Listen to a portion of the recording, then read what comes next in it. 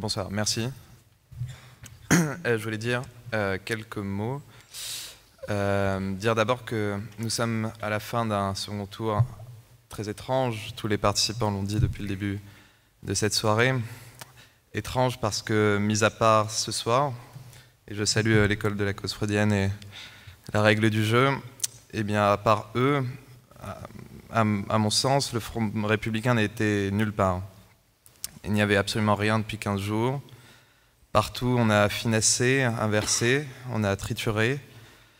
Et pendant longtemps, le nouveau chic, c'était, si je puis dire, le kiff-kiff. Et il a fallu le débat d'avant-hier pour que nous nous rendions compte, je crois, que l'extrême droite, la vraie extrême droite de petites frappes et de vulgarité à la Bertolt Brecht, l'extrême droite était bel et bien au second tour. Et je me suis demandé ce soir-là, avant-hier, pourquoi cette étrange défaite? Comment avons-nous pu laisser à Marine Le Pen le seul soin de démontrer au pays, à elle, qu'elle n'avait pas changé? Comment avons-nous pu laisser à la seule Le Pen le monopole de la rediabolisation? Et pourquoi même avons-nous tous été surpris devant notre télévision de l'avoir découverte si veule, si vulgaire, si éructante et si hallucinante? Pourquoi ce masque retiré par elle, avant-hier, et pas par nous? Pourquoi un striptease plutôt qu'une investigation collective? Je ne sais pas exactement quelle qualité je m'exprime ici, mais en réfléchissant à cette intervention, je vois 3 points de vue à partir desquels je puis parler. 3 choses que je peux dire. Premièrement, la jeunesse. La jeunesse n'a pas besoin de porte-parole. On ne sait même pas si elle existe, la jeunesse. Mais le fait est que j'appartiens, en faisant attention de ne pas prendre une partie pour le tout, mais j'appartiens à une génération, c'est celle née entre le mur de Berlin par terre et le 11 septembre dans l'air. Ma première manifestation, j'avais 8 ans, c'était le 21 avril, bien sûr. Il y avait, je le signale, alors 1 800 000 personnes dans les rues de France. Et dans ces 1,8 million de personnes, la jeunesse se révoltait. Le chanteur 16 sortait une chanson qui faisait florès. Et aujourd'hui, ce même chanteur envoie dos à dos les 2 finalistes. Alors, la jeunesse, selon une expression fameuse et plus ancienne, la jeunesse emmerdait le Front National. Aujourd'hui, c'est le Front National qui emmerde la jeunesse. Il prospère sur l'apathie, voire la complaisance des lycéens et des étudiants, en tout cas une part d'entre eux. Et le Front National fomente la fortune de ses dirigeants. Et il le fomente sur le cauchemar national et durable que subiraient les jeunes générations en cas d'élection de Marine Le Pen. Et je constate, comme Justine Lévy, autour de moi, chez mes amis, cette forme d'impensé, ni patrie, ni patron, dit-on. Notre jeunesse a peut-être moins de mémoire que les autres générations, et je crois que personne ne peut lui en vouloir. Elle ne voit pas que notre République est un miracle, tout simplement parce qu'elle vit dedans, qu'elle la respire sans y penser. Et je dois dire que cette absence de front républicain, c'était de la part de nos aînés la pire des trahisons. Car il n'est pas absurde de dire que ce travail de pédagogie, de démonstration et, pour dire le mot, de politique, personne ne le fait en direction de la jeunesse, ou alors le fait mal. Personne ne dit ou ne dit mal qu'avant de combattre, si le cœur nous en dit la finance, il s'agit d'abord de sauver la France. D'où ce côté invertébré, tragiquement relativiste, puisque la glaise de nos consciences a été laissée intacte. Je crois que la jeunesse, c'est aussi ce que nous voulons qu'elle soit. Deuxièmement, je suis écrivain. J'écris, en tout cas ça m'arrive souvent, sur la politique.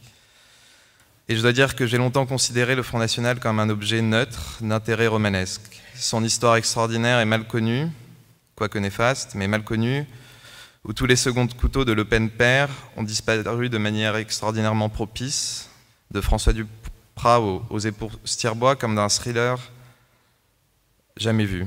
Quel roman! Mais précisément, l'histoire du Front National, ce n'est pas de la fiction.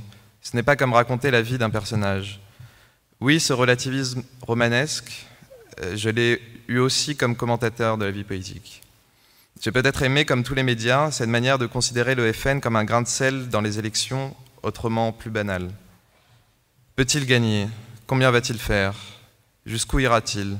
Les duels sportifs où les adversaires sont surprenants et menaçants sont toujours plus passionnants. Et oui, nous avons été des sortes de maquignons de matchs de boxe, gonflant l'enjeu et les antagonistes pour la beauté et le suspense du sport. Cela, évidemment, en oubliant l'essentiel.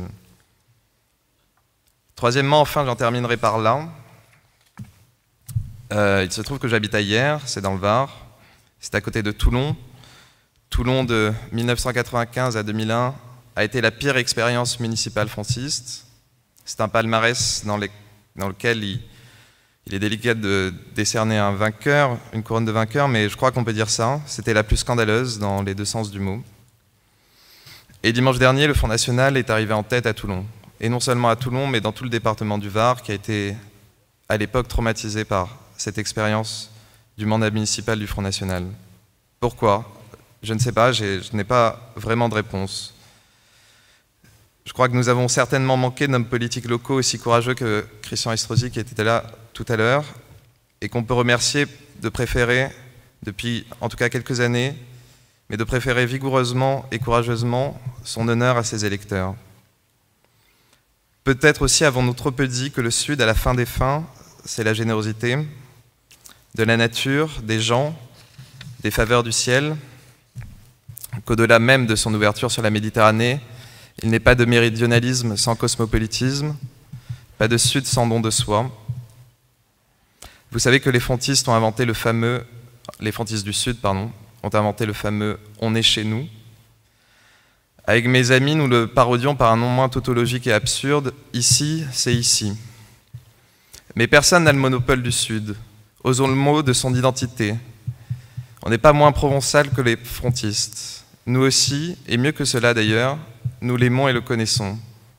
D'ailleurs, l'écrasante majorité des candidats FN sont des parachutés. Ou en tout cas, quand ils ne le sont pas, ils trahissent le sel et l'esprit de cette terre. Et à la fin des fins, oui, on est chez nous, et peut-être plus qu'eux. Mais je crois que tout le monde comprend ce que je mets désormais derrière ce « on ».